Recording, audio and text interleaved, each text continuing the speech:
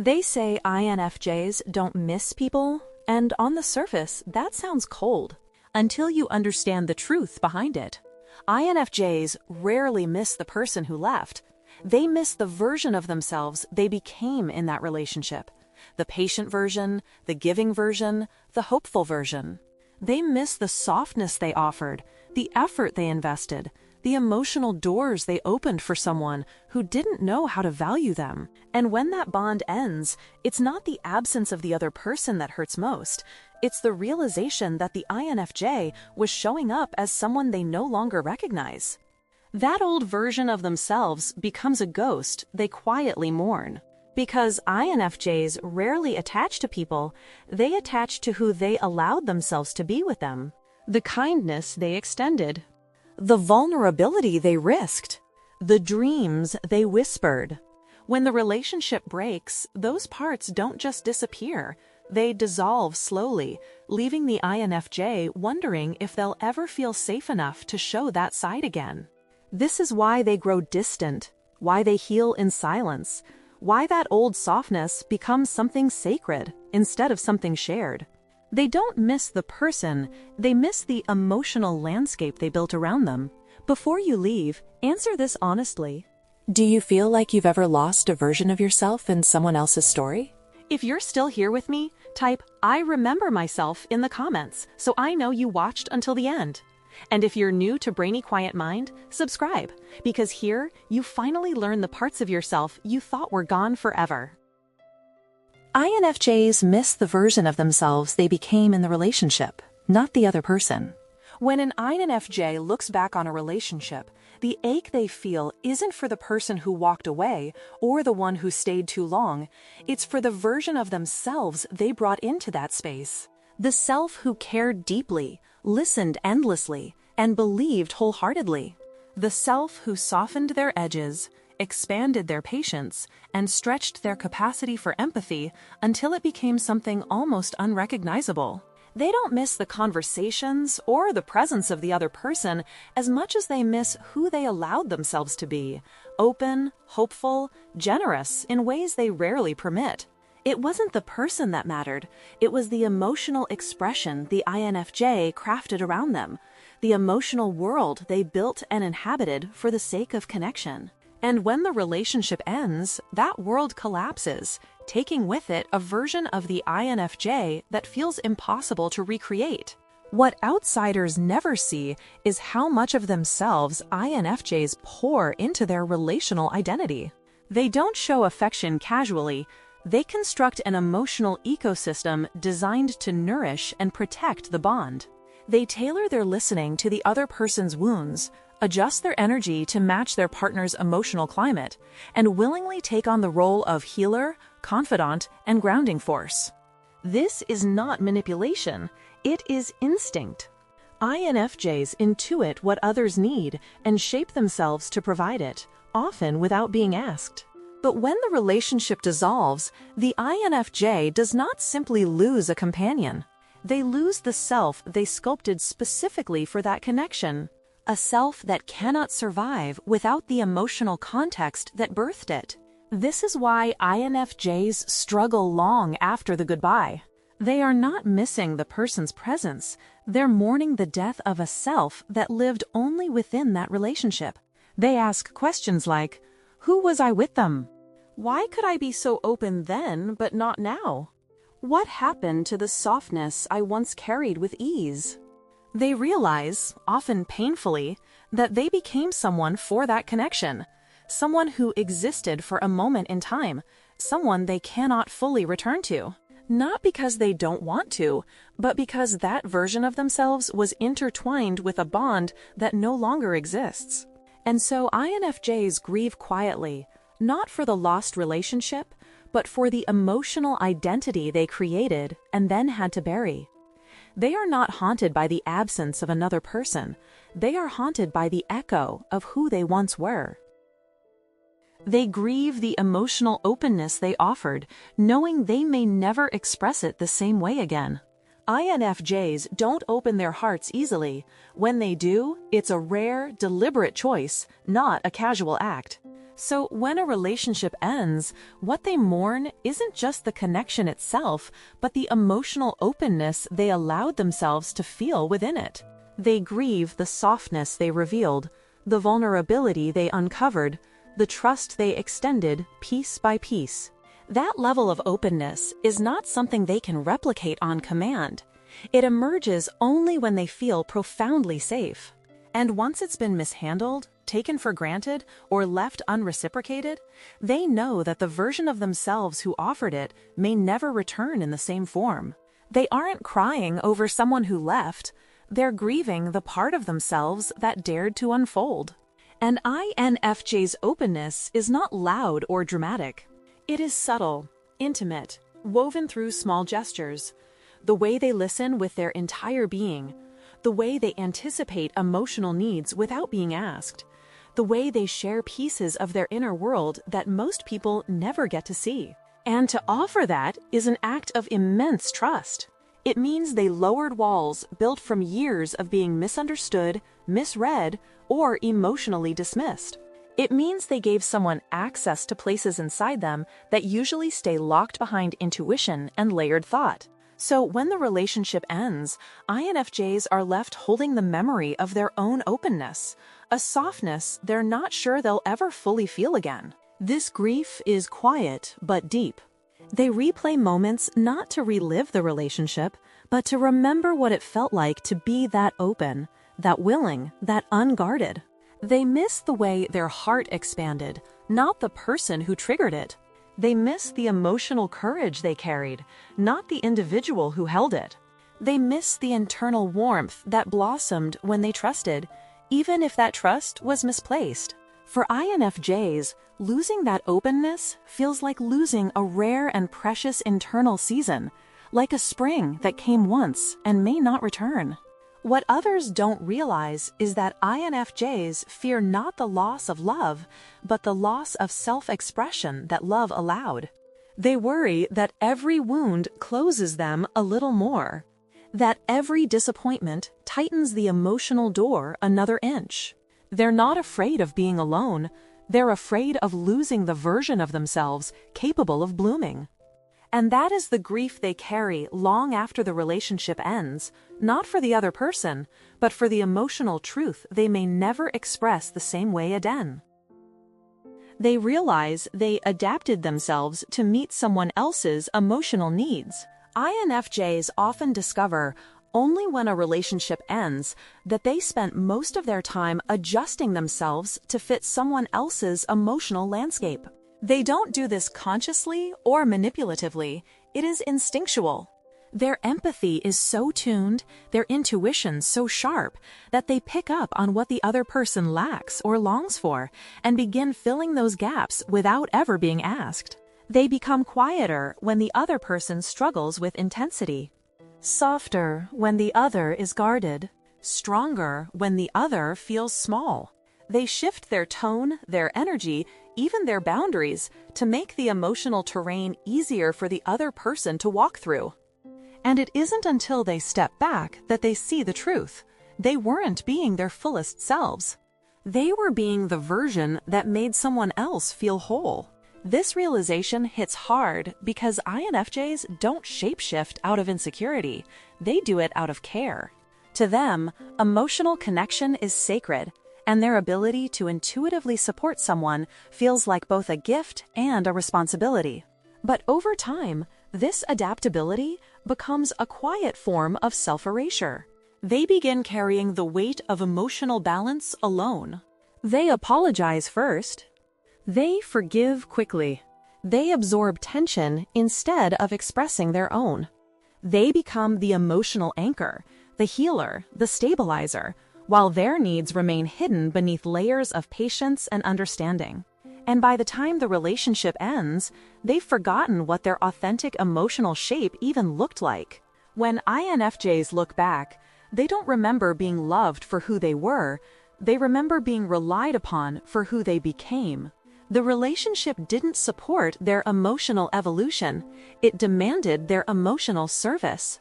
So the grief they feel isn't about losing the connection. It's about realizing how much of themselves they gave away without notice. How many times they stayed silent to keep the peace. How often they prioritized the other person's comfort over their own needs. How easily they bent without ever being asked to bend back. This awareness becomes a turning point. INFJs begin to see that their adaptability, while beautiful, is also dangerous when unreciprocated. They understand that connection built on one-sided emotional adjustment isn't connection, it's devotion without balance. And once they recognize this pattern, something inside them shifts permanently. They vow never again to shrink themselves to fit inside someone else's emotional world. Because this time, they finally see the cost. They miss the idealized connection they created in their mind more than the reality of the person. INFJs love in layers: emotional, psychological, symbolic. They never see a relationship only for what it is. They see it for what it could become, for the potential shimmering beneath the imperfections. Their intuition forms a blueprint of a deeper connection, one that blends shared vulnerability, emotional resonance, and unspoken understanding. And when they care for someone, they begin building that blueprint in their mind long before the relationship ever matches it in reality. So when everything falls apart, INFJs aren't mourning the real person, they're mourning the imagined intimacy, the almost connection, the emotional world they built around someone who never fully stepped into it. They grieve the vision far more than the actuality. This idealization isn't naive, it's how INFJs see the world. They perceive emotional potential like others perceive physical beauty. They sense what a person could be if they healed, if they softened, if they became honest with themselves. They see glimpses of authenticity in brief moments, a sincere laugh, a vulnerable confession, a look that reveals something real, and they build entire emotional futures around those flashes. It's not delusion, it's emotional imagination. But this imagination becomes a double-edged sword. Because when the relationship cracks, the INFJ realizes they were holding on to a version of the connection that existed mostly in their own heart. This realization is deeply painful. They feel foolish for loving the potential more than the person. They feel betrayed by their own hopes. They feel heartbroken, not because the person is gone, but because the dream they nurtured collapsed. They walk through the wreckage thinking, I wasn't in love with you, I was in love with what we could have been. And that grief hits harder than anything the other person actually did or didn't do.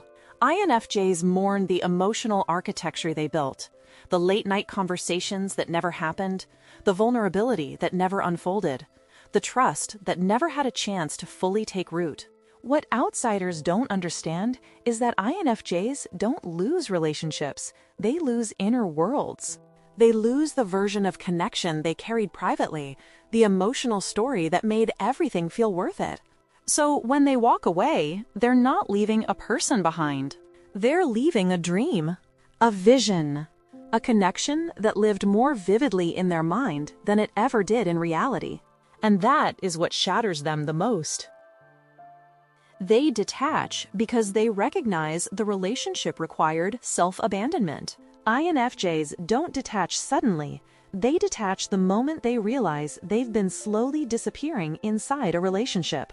It happens quietly, almost invisibly, after too many moments of silencing their own needs to keep the peace, too many times of shrinking their feelings to avoid being too much, too many days of adjusting their emotional temperature to match someone who never once tried to meet them halfway. The realization comes like a soft but devastating truth. To stay here, I have to abandon myself. And INFJs know that self-abandonment is the deepest betrayal, not of the other person, but of their own soul. So they begin to pull back, not out of anger, but out of survival. Their detachment is the final act of self-protection. What makes this recognition so painful is that INFJs rarely enter relationships without giving their full emotional presence. They try, they listen, they forgive, they hold space. They carry emotional weight that isn't theirs because they believe in the possibility of connection, in healing, in growth. But somewhere along the way, the balance shifts. The relationship stops being a meeting of two hearts and becomes a place where the INFJ's emotions must be dimmed to accommodate someone else's fragility, ego, or chaos. They stop expressing discomfort because it leads to conflict.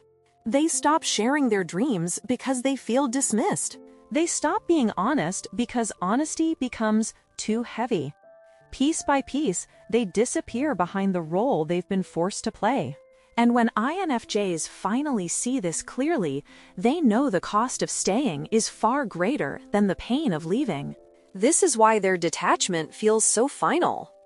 Once an INFJ recognizes a pattern of self-betrayal, they cannot unsee it. They begin to withdraw emotionally long before they physically walk away. They grow quieter, more distant, less available, not to punish the other person, but to return to themselves. They stop trying to be understood. They stop offering explanations. They stop performing emotional labor no one reciprocates. Their silence is not coldness, it is reclamation. It is the moment they choose alignment over attachment, truth over longing, self-respect over closeness. People often accuse INFJs of leaving without warning, but the warning signs were always there, in the INFJ's fading light, in the pauses before they spoke, in the tired softness of their smile. They weren't abandoning the relationship. The relationship had already abandoned them. They were simply choosing not to abandon themselves anymore. They don't long for reconciliation. They long for the parts of themselves they lost. When an INFJ looks back on a broken connection, the longing they feel is rarely for the person, the relationship, or the possibility of getting back together. What they truly ache for are the parts of themselves they gave away so quietly that they didn't notice the loss until it was too late. They miss the openness they once felt safe expressing. They miss the vulnerability they allowed themselves to share. They miss the confidence they had before someone's inconsistency made them doubt their own intuition. They miss the version of themselves who tried, who hoped, who believed. Reconciliation doesn't interest them because they know returning would only mean losing more of themselves. What they want, what they mourn, are the parts of their identity that were dimmed, silenced, or reshaped to survive the relationship. INFJs rarely realize they are losing pieces of themselves in real time. The shift happens slowly, disguised as compromise, patience, or love. They stop speaking their needs because those needs were dismissed. They stop expressing their emotions because the other person didn't know how to hold them. They stop dreaming aloud because they felt misunderstood. Over time, they become smaller versions of themselves, still empathetic, still intuitive, but muted. When everything ends, people assume the INFJ is heartbroken over the relationship. But the INFJ is grieving something far deeper, the erosion of their own inner landscape. They look back and whisper, "Where did I go? How much of myself did I give away trying to make this work?" Their sorrow is not rooted in missing another person. It is rooted in missing who they were before the relationship demanded their self-abandonment. And this is why they do not crave closure, reunion, or second chances. The INFJ knows, even if the other person never will, that reconciliation would not restore what was lost. The parts of themselves they sacrificed cannot be resurrected by returning to the place where the loss began. Healing requires distance, solitude, and the slow rebuilding of an inner self that was neglected for too long. They must learn again how to trust their intuition, how to express their feelings without fear, how to hold their boundaries without guilt. Their journey is inward, not backward. So when people wonder why INFJs walk away so decisively, the answer is simple. They are not escaping the relationship. They are returning to themselves. Their longing is not for love undone, but for the self they abandoned trying to keep that love alive. Healing comes when they reclaim their true self instead of the version they performed. INFJs often don't realize how much of themselves they performed in a relationship until they're standing alone, breathing air that suddenly feels unfamiliar. For so long, they shaped themselves to fit the emotional needs of someone else, softening their voice, dampening their intensity, hiding their intuition, shrinking their truth. They became whatever the relationship required: the calm one, the understanding one, the healer, the listener, the forgiver. But performance, even one born from love, is still a mask. And INFJs carry it so convincingly that they forget where the mask ends and where their real self begins. Healing begins the moment they recognize this split, the moment they stop mourning the relationship and start mourning the self they silenced inside it. Reclaiming their true self is not a dramatic process. It is a slow, almost sacred return. It begins with small rediscoveries: the opinions they muted, the desires they postponed, the instincts they ignored. They begin to hear their inner voice again, faint at first, then clearer with every boundary they rebuild. They reconnect with passions they set aside. They allow themselves to feel the emotions they once filtered. They relearn how to exist without adjusting their personality to keep someone else comfortable. And with each reclaimed piece, the version they performed dissolves. The INFJ becomes more themselves than they have been in months, years, sometimes decades. But this healing is not simply recovery, it is transformation. Because once INFJs reclaim their true self, they evolve past the need to perform for anyone ever again. They understand that real connection cannot require self-erasure. That love cannot demand silence. That vulnerability should be met with safety, not judgment. They become more selective with their energy, more attuned to emotional reciprocity, more protective of their own authenticity. Their boundaries sharpen, not from bitterness, but from clarity. And their intuition, once clouded by the noise of trying to be everything for someone else, becomes sharper, more accurate, more powerful than before. The world often sees this healed INFJ as colder or different, but it's simply because they are no longer performing the role others grew comfortable with. They are standing in their true form, without apology or disguise. And that is the final stage of healing, not just reclaiming who they were, but becoming someone stronger, clearer, and more whole. They stop grieving the version they performed, because the person they have become is finally, undeniably real. When an INFJ finally understands that they were never grieving the person, but the pieces of themselves they abandoned along the way, everything changes. The story stops being about heartbreak and becomes a quiet revolution, a return to authenticity, to emotional truth, to the self that was waiting beneath all the performing. They rise not by replacing what was lost, but by reclaiming what was theirs all along. And in that moment, they stop searching for closure, validation, or reconciliation. They realize the real healing was never about getting someone back. It was about getting themselves back. Let me leave you with one question. Do you feel like you've ever lost yourself trying to love someone who didn't know how to love you back? If you're still here with me, type "I choose myself" in the comments. Not for me, but for you. And if you're new to Brainy Quiet Mind, subscribe now. The next videos will help you rebuild the parts of yourself you never should have had to abandon.